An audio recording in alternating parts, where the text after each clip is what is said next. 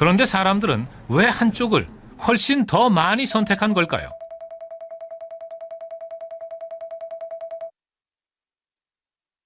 이 물은 예쁜 몸매가 강조된 여자 모델의 전신을 광고판으로 세웠습니다.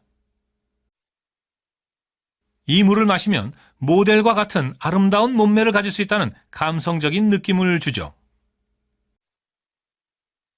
다른 한쪽은 물의 기능에 대한 정보를 중심에 둔 광고판입니다.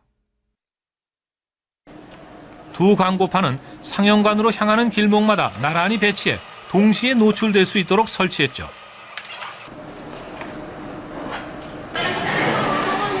실험에 초대된 관객들의 성비는 7대3, 여자 관객이 훨씬 많았습니다. 그들은 표를 받는 순간부터 두 광고판 앞에 노출되었고 층을 지날 때마다 무의식 중에 두 광고판을 인식합니다.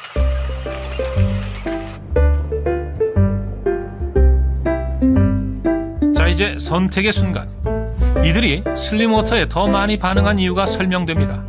그들은 여러 층을 올라오면서 이미 잠재적인 선택을 한 상태였죠.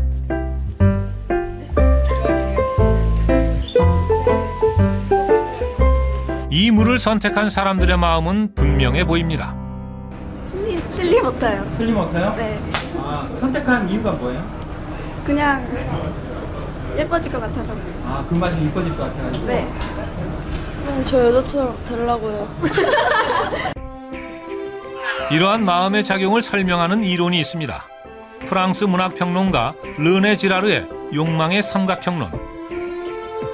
이 이론에 따르면 인간의 욕망은 언제나 주체와 중개자 그리고 대상이라는 삼각형 구조를 갖습니다. 주체의 욕망은 대상을 바로 향하는 것이 아니라 중개자를 통해서 이루어진다는 것이죠. 한 소녀가 광고를 보고 있습니다.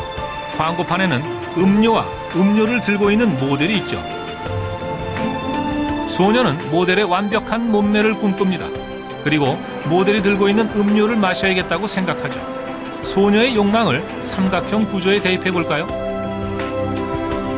소녀는 모델이 들고 있는 음료를 통해서 완벽한 몸매를 가지고 싶다는 욕망을 이루려고 합니다.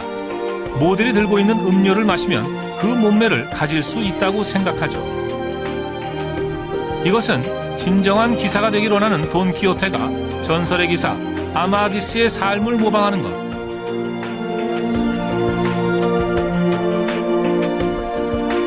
또는 파리 사교계를 열망하는 엠마가 연애소설에 등장하는 여주인공들의 모든 것을 모방하는 것과 같습니다.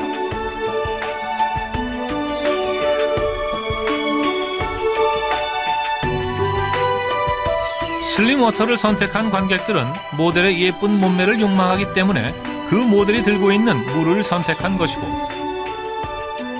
커플 사과를 산 사람들 역시 진짜 사랑에 대한 욕망 때문에 사랑 이야기를 입혀놓은 커플 사과를 선택한 겁니다.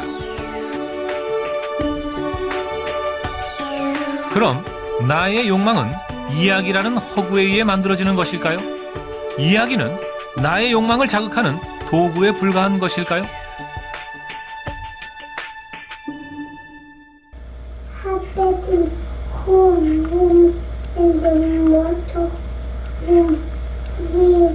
두 살짜리 여자아이가 남긴 혼잣말. 이 알아들을 수 없는 소리는 인간과 이야기의 비밀을 푸는 중요한 열쇠입니다. 1989년 미국의 심리학자 캐서린 넬슨은 2살짜리 여자아이 에밀리의 혼잣말을 8개월에 걸쳐 녹음했습니다. 침대에서 혼자 노는 어린아이의 긴 독백.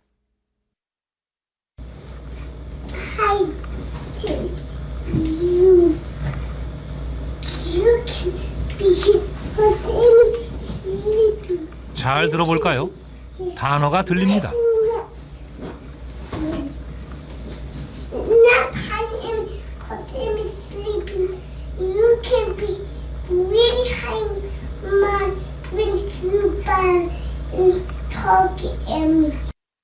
관찰 결과 연구진은 아이들의 혼잣말이 단순한 웅얼거림이 아니라는 사실을 알아냈습니다. At first, there were just little phrases here and there. One of them that struck me particularly was "Mommy, Daddy, cocktail party."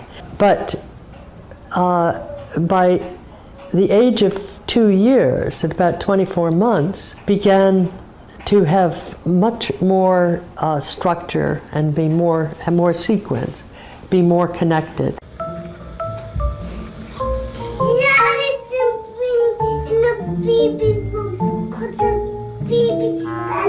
요람위에서 혼잣말을 하는 에밀리. 에밀리는 이야기를 통해 오늘 하루 있었던 일을 떠올리고 내일 할 일을 계획했습니다. 그것은 나와 세상의 관계를 알아가는 과정이었죠.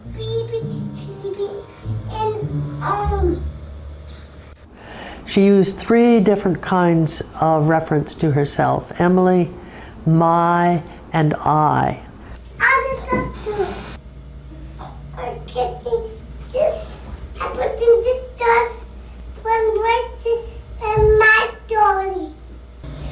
This is my eyebrow.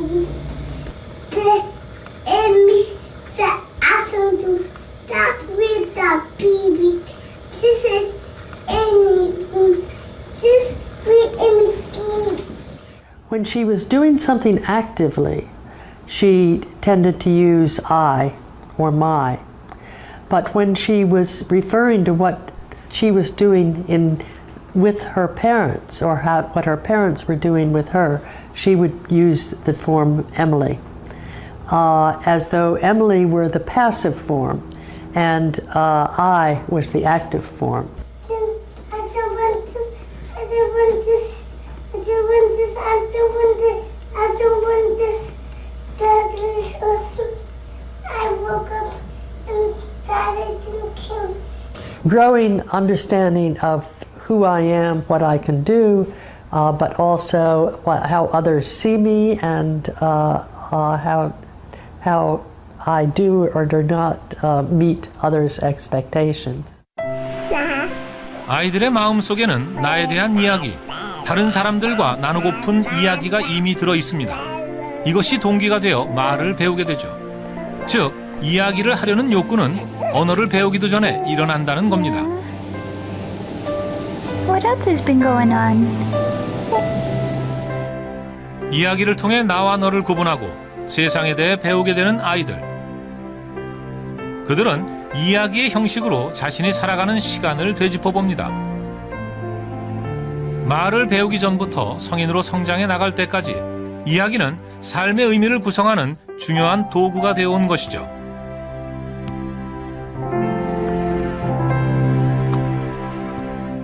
We have to understand the narrative structures into which it's put by people in the telling, because that's the way we live with each other.